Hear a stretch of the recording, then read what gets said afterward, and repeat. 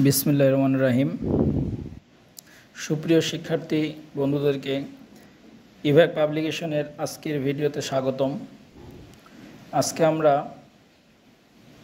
ভিডিওতে যে বিষয়টা নিয়ে আলোচনা করব সেটা হলো জাতীয় বিশ্ববিদ্যালয় ভর্তি পরীক্ষার যে মান বণ্টন এবং কিভাবে এই শেষ সময় 10-12 দিনের মধ্যে প্রিপারেশন নিয়ে আমরা পরীক্ষায় ভালো করতে পারি। পাশাপাশি জাতীয় ইউনিভার্সিটির রেজাল্ট কিভাবে মেকিং করে, কারণ রেজাল্ট মেকিংয়ের উপর ভিত্তি করেই তো সাধারণত কোন কলেজগুলো আমরা পাবো বা কোন কলেজগুলো আমরা চয়েস দিছি সেখানে আসলে আসবে কি না ওই মানবন্ধন বা রিলিজ স্লিপ নিয়ে আমাকে ভর্তি হতে হবে কি না, এই যে এই বিষয়গুলো কিন্তু সম্পূর্ণরূপে নির্ভর করতেছে হলো মার্কটা কত পাচ্ছি সেটার উপরে। তো আসলে জাতীয় ইউনিভার্সিটির ভর্তি পরীক্ষার যে বিষয়টা, সেই বিষয়টার আমরা যদি খেয়াল করি তাহলে দেখব যে আমাদের মোট ভর্তি পরীক্ষার যে নম্বর সেটা কিন্তু 200 নম্বরের পরীক্ষা হয়। 200 নম্বরের 100 নম্বর আসে আমাদের পূর্ববর্তী পরীক্ষার মার্ক থেকে, এসএসসি এবং এইচএসসির মার্ক থেকে, আর এমসিকিউ পরীক্ষা থেকে আসে হলো আমাদের 100 মার্ক, এই দিয়ে 200 নম্বর। এবং সবচেয়ে মজার বিষয় হলো যে অন্যান্য বিশ্ববিদ্যালয়গুলোতে যেরকম নেগেটিভ মার্ক ছিল, জাতীয় ইউনিভার্সিটি ভর্তি পরীক্ষায় কিন্তু কোনো নেগেটিভ মার্ক নাই। তার মানে আমি 100টা কোশ্চেনে দাগাতে পারবো এইরকম নিশ্চয়তা আছে, কিন্তু দাগাতে যাওয়াটা একবারের জন্য আমার মনে হবে না যে এই কোশ্চেনটা একটু কনফিউশন আছে আমি না দাগাই, এই জিনিসটা আমার কখনোই মনে হবে না। কেন? কারণ আমার নেগেটিভ মার্কিং নাই, আর নেগেটিভ মার্কিং না থাকলে চান্স পাওয়ার ক্ষেত্রে আমাদের কোনো ভয় থাকে না। কেন 100টা কোশ্চেন দাগাবো, ইনশাল্লাহ আমাদের অ্যাটলিস্ট পাস মার্ক থাকবে। কিন্তু পাস মার্ক থাকলেই তো আমি যে যে কলেজগুলোকে আমি চয়েস হিসাবে দিই সে কলেজগুলো আমি নাও পেতে পারি। কীরকম? যেমন আমরা যদি বলি শতবর্ষী কলেজ, তার মধ্যে Rajshahi college, Bogura Azizul Haque college, Rangpur Carmichael college, Mymensingh Anandamohan college, এরকম যে কলেজগুলো আছে, এই কলেজ, সিলেট এমসি কলেজ, এই যে কলেজগুলো আছে, এই কলেজগুলোর ক্ষেত্রে আমাদের কিন্তু মার্কটা একটু বেশি হতে হবে যেন ওই কলেজের কোয়ালিটিতে আমার জন্য সাবজেক্ট আমি পাই, এই পরিমাণ মার্ক আমাকে পেতে হবে। তো সেখানে ভর্তি পরীক্ষা একটা বড় ইস্যু। সে বড় জায়গার মধ্যে একটা বড় মার্কস আছে কোথায়? আমাদের এসএসসি এবং এইচএসসির রেজাল্টের মধ্যে, সেটা কিনা 100। এই 100 নাম্বারটা কিভাবে আমরা ক্যালকুলেশন করব? যেমন এসএসসিতে আসে 40, এই 40 ক্যালকুলেশন করা হয় কিভাবে? জিপিএ 5, এই জিপিএ 5কে গুণ করা হয় 8 দ্বারা। 8 দ্বারা গুণ করলে আমাদের কিন্তু দেখো 40 আসে। তাহলে জিপিএ মার্ক যত আছে তাকে 8 দ্বারা যদি আমরা গুণ করি তাহলে আমাদের মোটামুটি এসএসসিতে কত নম্বর আমাদের রেজাল্টে আছে সেটা আমরা ইনশাল্লাহ নিজেরাই বের করে ফেলতে পারবো। আর এইচএসসিতে আছে 60 নাম্বার। এটা কিভাবে ক্যালকুলেশন করা হয়? জিপিএ 5 গুণন কত? 12, 5 বারাং কত? 60। যেহেতু আমাদের এসএসসি এবং এইচএসসির রেজাল্ট আমাদের হাতে আছে, সুতরাং এসএসসি এবং এইচএসসির আমাদের যা রেজাল্ট, সেই রেজাল্টের উপরে 100 নম্বরের মধ্যে কত নম্বর আছে এটা আমরা নিজেরাই কিন্তু চাইলে বের করে নিতে পারি। তো এইটা একটা বিষয়। আর একটা বিষয় হলো আমাদের ভর্তি পরীক্ষায় 100 নম্বর। কারণ ভর্তি পরীক্ষায় 100 নম্বরের মধ্যে বাংলা এটাতে আছে 20, ইংরেজিতে আছে 20 এবং সাধারণ জ্ঞানের মধ্যে বাংলাদেশ বিষয়াবলী এবং আন্তর্জাতিক বিষয়াবলী, এই 60 মার্ক সবাইকেও অ্যাটেন্ড করতে হবে। তার মানে সায়েন্সের স্টুডেন্টকেও অ্যাটেন্ড করতে হবে, আর্টসেরও করতে হবে এবং কমার্সেরও এই 60 মার্কে অ্যাটেন্ড করতে হবে। করার পরে উচ্চ মাধ্যমিকে সিলেবাস অনুযায়ী বিষয়ভিত্তিক প্রশ্ন 40টা থাকবে। সেটা সায়েন্সের জন্য 40টা, আর্টসের জন্য 40টা, কমার্সের জন্য 40টা, উচ্চ মাধ্যমিকে যে সাবজেক্টগুলো তারা পড়ছে তার উপরে এই 40 নাম্বারটা থাকবে। যেমন যদি ধরি আমরা যে সায়েন্সের একটা স্টুডেন্ট, সে 40 নাম্বার থাকবে। সায়েন্সে কী কী সাবজেক্ট আছে? ফিজিক্স আছে, কেমিস্ট্রি আছে, ম্যাথ আছে, বায়োলজি আছে। তার মানে এই 4টা সাবজেক্টে 10 করে 4 × 10 = 40 থাকবে। ঠিক আর্টসেরও এরকম 4টা সাবজেক্টে 10 করে 40 থাকবে, কমার্সেরও এরকম 4টা সাবজেক্টে 10 করে 40 থাকবে।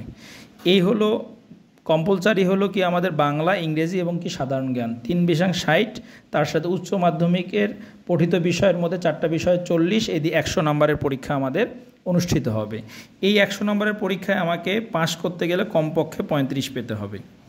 কমপক্ষে কত পেতে হবে? 35 পেতে হবে। 35 পাইলে আমরা কি ভর্তি পরীক্ষার যে 100 নাম্বার এর মধ্যে পাস করব।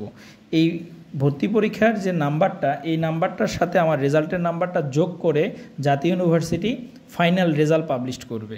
আমি আবার বলতেছি, ভর্তি পরীক্ষায় এমসিকিউতে আমি যত মার্কস পাবো তার সাথে রেজাল্ট, এসএসসি এবং এইচএসসির রেজাল্ট যোগ করে আমাদের ফাইনাল রেজাল্ট দেওয়া হবে। এখন ভর্তি পরীক্ষায় যদি আমি 35-এর নিচে নাম্বার পাই, তার মানে আমি ফেল হিসাবে বিবেচিত হব। সেখানে আমাদের এসএসসি এইচএসসির রেজাল্ট যোগ করার কিছু থাকবে না, তার মানে আমি ফেল। তাহলে আমার ভর্তি পরীক্ষায় কি করতে হবে? পাস নাম্বার 35 সেটা পেতে হবে। এখন এই ভর্তি পরীক্ষায় কিভাবে তোমরা ভালো করবা, কোন বিষয়গুলা এখন টার্গেট করলে তোমরা বেটার করবা, সে বিষয়গুলো নিয়ে একটু আলোচনা করব। তারপরের ভিডিওগুলোতে যদি তোমরা ন্যাশনাল ইউনিভার্সিটির আমার প্রত্যেকটা ভিডিও খেয়াল করো আজকে থেকে, তাহলে ইনশাআল্লাহ ন্যাশনাল ইউনিভার্সিটিতে তোমার কিন্তু ফেল যাবে না। তো ন্যাশনাল ইউনিভার্সিটির কিভাবে পড়লে ভালো মার্কস ক্যারি করা যায়, যেমন ধরো একটা স্টুডেন্টের রেজাল্ট আমরা আগে চিন্তা করি। রেজাল্ট ধরো এসএসসিতে তার রেজাল্ট আছে 4.63, ধরো এসএসসিতে তার রেজাল্ট 4.63। এখন তার মোট এসএসসিতে 40-এর মধ্যে কত আছে? তাহলে 4.63 গুণন হলো 8, তার নাম্বার আসে 37.04। তার মানে এসএসসিতে তার নাম্বার হলো 37.04।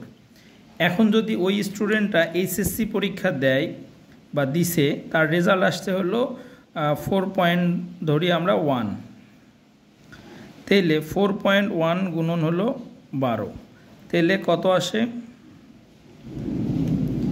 এখানে তার 60-এর মধ্যে মার্ক থাকে হলো 49.2, 49.2।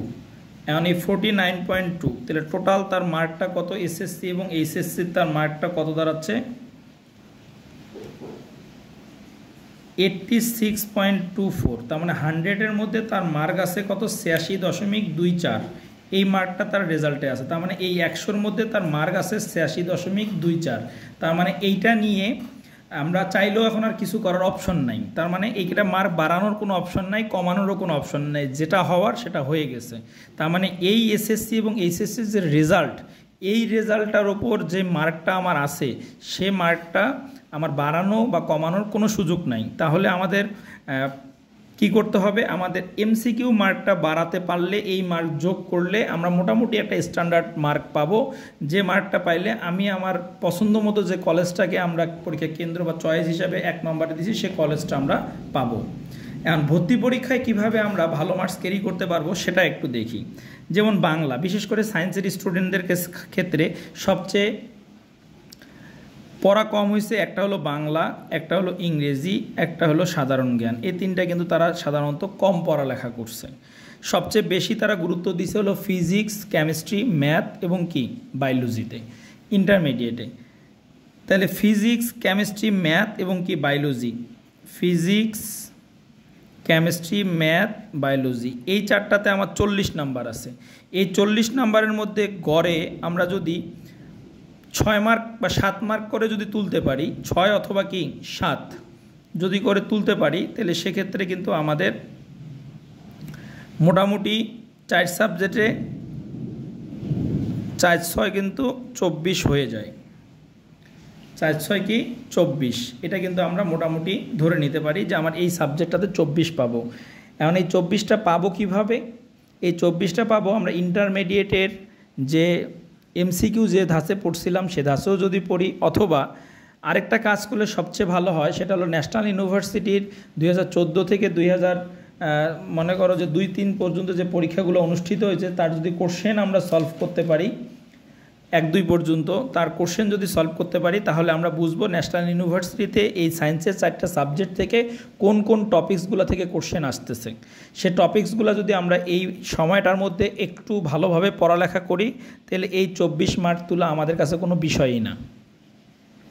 তো তাহলে এইভাবে এখন থেকে আমরা প্রশ্ন ব্যাংক প্লাস হলো ইন্টারমিডিয়েটের পড়ালেখা যেভাবে করছিলাম এমসিকিউগুলো, সালের কোশ্চেন, বোর্ডের কোশ্চেনগুলো, এগুলোও যদি সলভ করি, পাশাপাশি আরও একটা ভালো কথা বলি, তোমাদের এই বছরে যে পরীক্ষাগুলো অনুষ্ঠিত হলো বিভিন্ন বিশ্ববিদ্যালয়ে, তার কোশ্চেন যদি একটু অ্যানালাইজ করা যায়, তাহলে আমাদের এই 24 তোলা এখানে কোনো বিষয় হবে না। এবার আসলে হলো বাংলা ইংরেজি এই শর্ট টাইমের মধ্যে কিভাবে পড়বো আমরা। এই বাংলা এবং ইংরেজিটা যেটা আছে সেটা তোমাদের হলো ন্যাশনাল ইউনিভার্সিটি 2001 থেকে 2014 পর্যন্ত কোশ্চেনটা অ্যানালাইজ করে যে টপিকসগুলো থেকে কোশ্চেন আসছে সেগুলো, পাশাপাশি 2000 মানে এই রানিং বছরে 2024-25 সেশনে যে বিশ্ববিদ্যালয়গুলোর ভর্তি পরীক্ষা অনুষ্ঠিত হয়েছে সেগুলোর কোশ্চেন যদি আমরা অ্যানালাইজ করি, করে পড়ালেখা করি, তাহলে আমার বাংলা ইংরেজিতে এই 40-এর মধ্যে অনায়াসে আমরা চাইলে 20 বা 22 মার্ক ক্যারি করতে পারি অনায়াসে। এখানে ব্যাকরণ অংশও থাকবে, আবার এখানে কি সাহিত্য অংশ থাকবে, দুইটা অংশ মিলাই আমরা কিন্তু এই 40-এর মধ্যে 20 বা 22 তোলা আমাদের কাছে কোনো বিষয় হয়ে দাঁড়াবে না। ঠিক অনুরূপভাবে সাধারণ জ্ঞান যেমন আমাদের সাধারণ জ্ঞানের বাংলাদেশ বিষয়াবলী এবং আন্তর্জাতিক বিষয়াবলী। দেখেন আমাদের বাংলাদেশ বিষয়াবলীতে কিন্তু আমাদের জুলাই বিপ্লব, এটা একটা বড় একটা ফিল্ড, এখান থেকে কিন্তু কোশ্চেন থাকবেই।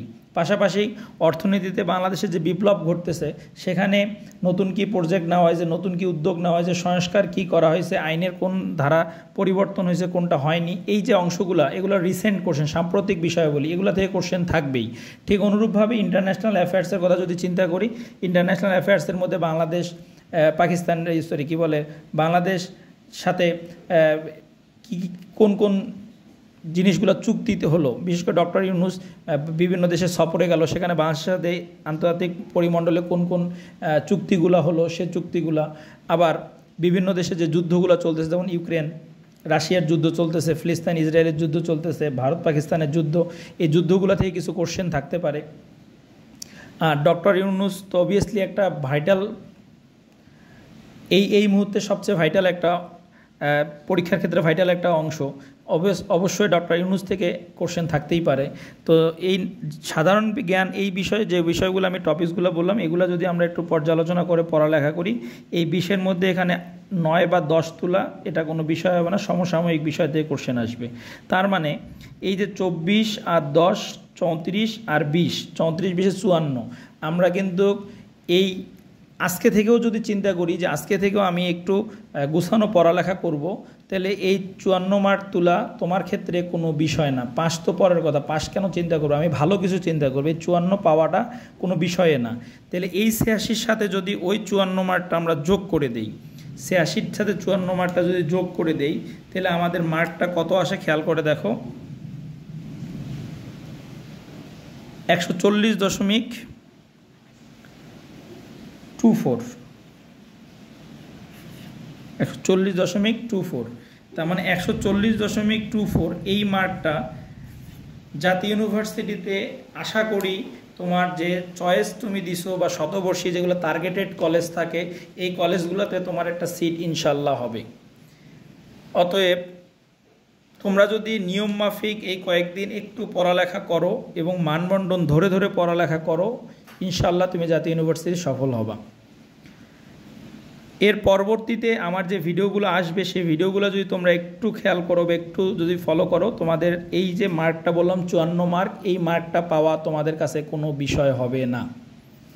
অতএব তোমরা প্রত্যেকটা ভিডিও ফলো করো ইনশাল্লাহ, আমার প্রত্যেকটা লেকচার তোমরা ফলো করো, ইনশাল্লাহ তোমরা কি জাতীয় ইউনিভার্সিটিতে একটা ভালো জায়গায় ভালো সাবজেক্ট নিয়ে পড়ার সুযোগ পাবা। তো পরবর্তী ভিডিওর জন্য তোমাকে অগ্রিম স্বাগতম। তো আজকে এই পর্যন্ত, আল্লাহ হাফেজ।